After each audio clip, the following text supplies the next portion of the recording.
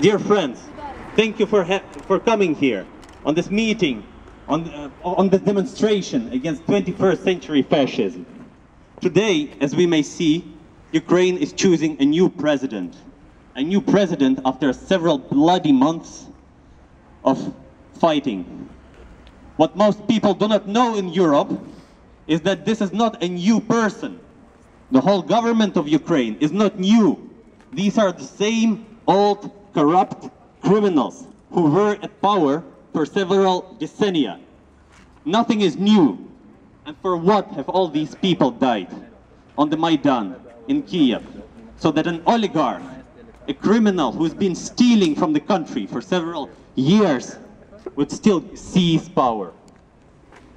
I would also like to thank the Dutch police for providing us protection in these dangerous times. Because as you might imagine, the same police was beaten and destroyed in Kiev because they tried to uphold civil order. Who could have imagined that fascism, that pro-Bandera ideology would strive in our times? I've just returned from Donetsk. I've been there as a journalist, and I've researched the referendum which was held by the people for their independence. As you might imagine, this referendum was paid for by blood. Several election offices were attacked during the elections, and people died, and yet in the end, over 80% voted for their independence. Some might not recognize this referendum, but we have examples of Kosovo, we have examples of Eritrea, we have examples of South Sudan. What makes those referendi valid? Well, referendum in East Ukraine, in former East Ukraine, is not accepted by the West.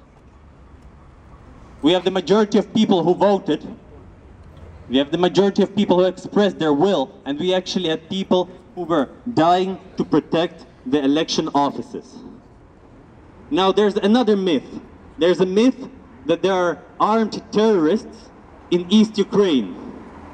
What I have seen so far is a real civil war. Something that you do not see in the movies. We are used to this Western ideas of violence being romanticized. We are used to this idea of superheroes, of computer games where people shoot at each other. What did I see? I saw real fathers and sons standing on the same barricades, protecting their own villages. I've seen wives bringing supper to the same men and sons. I have seen volunteers go to the front line directly from the 9th of May, from the Victory Day. It is one of the most important days in the whole East European culture. This day is, by the way, forbidden these days because you're considered an extremist if you celebrate 9th of May. So it is a real civil war going on there. And there are volunteers who are holding the line. And there are much fewer of them. Now, what can we say about the democratic new government in Kiev? How democratic is it when it allows for fascist groups to be taken into the official new army? Real nationalist groups, which were supported for many years, are now part and in the leading roles of the army. What can we say about the government which allows blockades and sieges of cities in such a way that it is hard to evacuate even the children from the cities?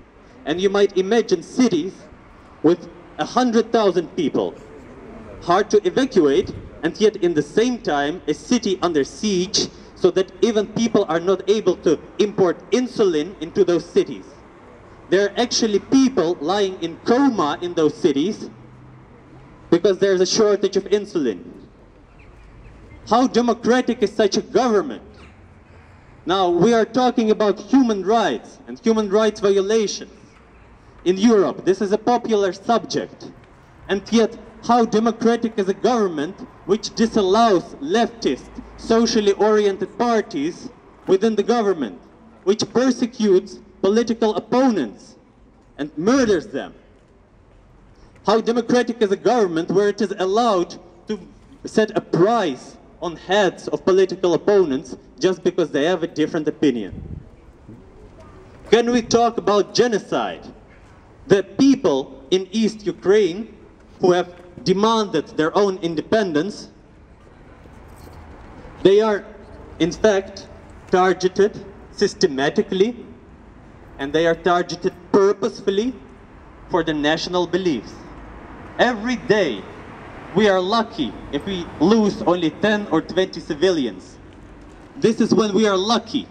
This is when we do not have an occurrence like in Odessa, where hundreds of people are burned alive. This is where we do not have an occurrence where, like in Lugansk, people are bombed from aviation. This is when we do not have times where civil neighborhoods, like in Slavyansk, are bombed by artillery.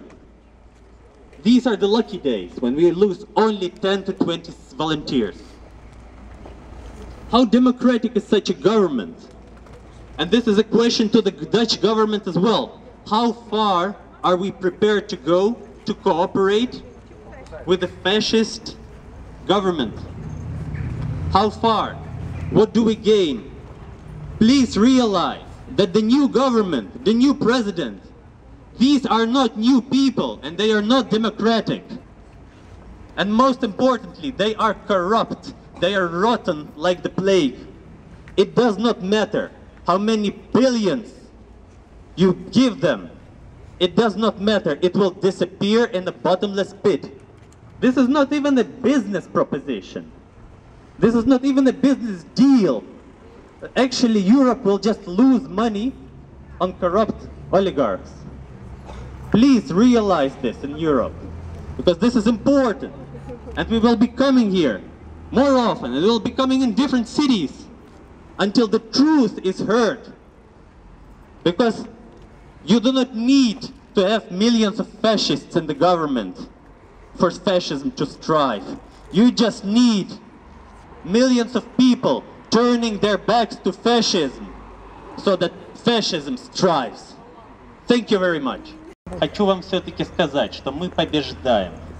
И мы обязательно победим. Потому что с каждым убитым, с каждой бомбой, с каждым раненым ребенком они все только дальше отталкивают регионы от себя. С каждым олигархом народ их все больше ненавидит. Поэтому мы обязательно победим. Мы будем объединяться, мы будем пробивать эту информационную блокаду. 13 числа митинг в Брюсселе, посмотрите в Фейсбуке. Дальше мы будем читать лекции в университетах. Каждый из нас найдет 2-3 знакомых голландцев местных, а дальше мы уже найдем какие-нибудь связи, и мы прорвем эту информационную блокаду. И мы обязательно победим, потому что как же мы можем иначе? Наши предки, которые очищали наши земли от фашизма, даже наши предки, за счет которых Голландия сегодня независима от фашизма, воевали против этого, а мы их потомки. Так как же мы можем по-другому поступить? Молодец! Ура! Молодец!